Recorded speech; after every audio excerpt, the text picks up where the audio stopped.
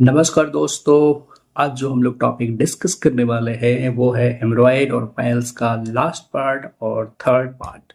ठीक है, जिसमें कि हम लोग आज कवर करेंगे कि हम लोग हेमरॉयड में क्या जांच कराते हैं, दूसरा इसका क्या इलाज है, और तीसरा हम लोग इससे कैसे बच सकते हैं।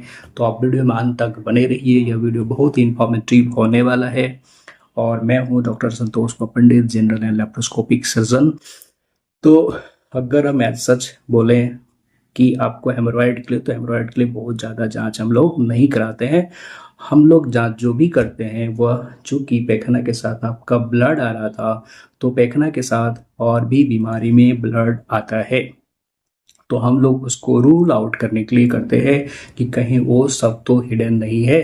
पता चला कि हम लोग हेमोरॉयड हेमोरॉयड के पीछे पड़े रहे, कहानी कुछ और है, और फिर बाद में मामला बिगड़ सकता है। समझ गए। दूसरा हम लोग जो इसमें जांच कराएंगे वो ऑपरेशन से रिलेटेड होगा। ठीक है, ऑपरेशन जैसे अगर हम प्लान कर रहे हैं कि आपको हेमरोइडेक्टोमी करनी है, तो उससे रिलेटेड आपके फिटनेस को देखने के लिए, हमारा घाव को भरने के लिए जो भी चीज़ें ज़रूरत होगी, उसी के अकॉर्डिंग हम इसमें जांच कराएंगे। कई बार क्या होता है ना, जैसे आप देखे होंगे कि क्लिनिकल लीवर सिरोसिस वगैरह है, उनको भी पोर्टल, चूंकि उसमें पोर्टल वेनस प्रेशर बढ़ा होता है, तो उसमें भी हेमरोइड होते हैं। तो पहले हम लोग उससे रिलेटेड जांच कराएंगे, उसका ट्रीटमेंट कराएंगे, एंड देन फाइनली फिर हम लोग हेमरोइड का सर्जरी पे फोकस करेंगे। अब आते हैं कि लास्ट पार्ट, कि हेमरोइड का क्या करें। ठीक है, तो हेमरोइड का मैनेजमेंट जो है, यानी उसका ट्रीटमेंट है, वो टोटली डिपेंड करता है कि आपका हेमरोइड कौन सी ग्रेड की है। ठीक है, अगर ग्रेड 1 और 2 है, मोस्टली ग्रेड 1, तो आपका जनरली कंजर्वेटिव मैनेजमेंट से, यानी कि बिना सर्जरी के बाद बन जाएगा और आप ठीक हो सकते हैं। लेकिन अगर ग्रेड 3 और 4 है, तो उसमें सिर्फ आपके कंजर्वेटिव मैनेजमेंट से नहीं होगी, उसमें हमें सर्जिकल इंटरवेंशन भी करना पड़ता है साथ में। ठीक है, तो अब चलते हैं कि आपको हम कंजर्वेटिव मैनेजमेंट क्या ऐसा करें, हम जो बताने वाले हैं, जिससे आपको ये समझ में आएगा कि आप ये चीज़ों का ध्यान रखेंगे।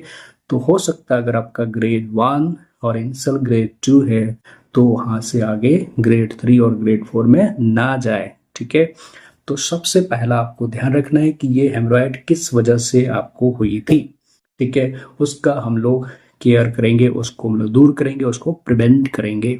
तो सबसे मोस्ट कॉमन जो फैक्टर था जिसमें हम लोगों ने देखा था कि कब्जियत का होना और कॉन्स्टिपेशन होना, उसमें स्ट्रेनिंग होता है, बार बार प्रेशर लगता है, जिसके चलते हम लोगों ने देखा था कि कैसे म्यूकोसा में इरोड होता है एंड ब्लीड करता है।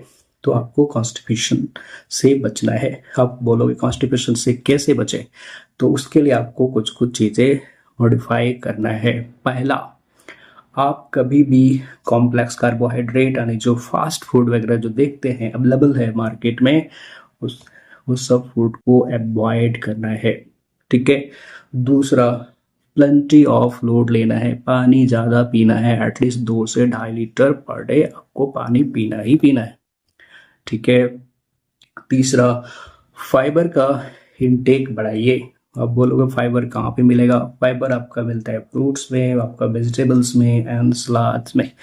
तो ठीक है, ग्रेन्स वगैरह में भी, ग्रेन से भी ड्राइव होता है, तो उसको आपको एटलीस्ट पर डे 35 से 40 ग्राम लेना है। ठीक है, उसके बाद नेक्स्ट जो आपको बचने का जो तरीका है, कि आप कोशिश करिए, जो आप कॉफ़ी वगैरह पीते हैं, कैफीन उसमें रहता है, उससे भी कॉन्स्टिपेशन होता है, तो आप वो सब अवॉइड करिए। ठीक है, और फिर आपका जो भी डेयरी प्रोडक्ट से रिलेटेड है, वो भी कॉन्स्टिपेशन कुछ हद तक करता है, तो आप उसको भी अवॉइड करें। ठीक है, नेक्स्ट पार्ट जो आप इसमें आप करेंगे वह है सीड्स बात।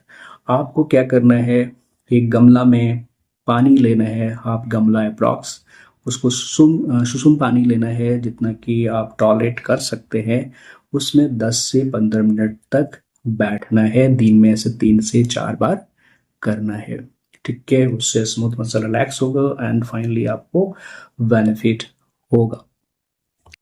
और इससे भी बात नहीं बनता है देन मार्केट में कुछ कुछ स्टूल सॉफ्टनर अवेलेबल है, बट वो सब स्टूल सॉफ्टनर डॉक्टर के गाइडेंस में ही ले, अपने से कंज्यूम नहीं करें, क्योंकि कई बार उससे ज़्यादा लूज स्टूल पास होने लगता है, जैसे इलेक्ट्रोलाइट का लॉस होने लगता है, फिर आपको दूसरी प्रॉब्लम हो सकता है।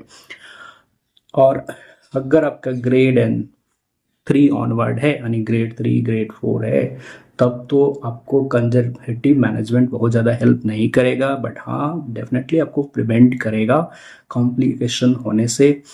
लेकिन मैं जो उनका ट्रीटमेंट है वो है सर्जरी। सर्जरी अलग अलग टाइप के हैं, आजकल बहुत सारे एडवांसमेंट हुई है, जिसमें कि हम लोग लोकल में कुछ मेडिसिन उसमें इन्फिल्ट्रेट करते हैं जिससे वो कोलैप्स कर जाता है, या फिर जो हम लोग करते हैं क्लासिकल की सर्जरी करके उसको हटा देते हैं।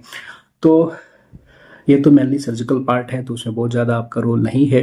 तो आशा करते हैं कि आपको यह इन्फॉर्मेशन वैल्यूफुल लगा होगा, और अगर आपके मन में स्टिल कोई डाउट है तो आप मुझे कमेंट करिए, हम आपके कमेंट को ट्राई करेंगे रिप्लाई करने का जब हमें टाइम मिलेगा।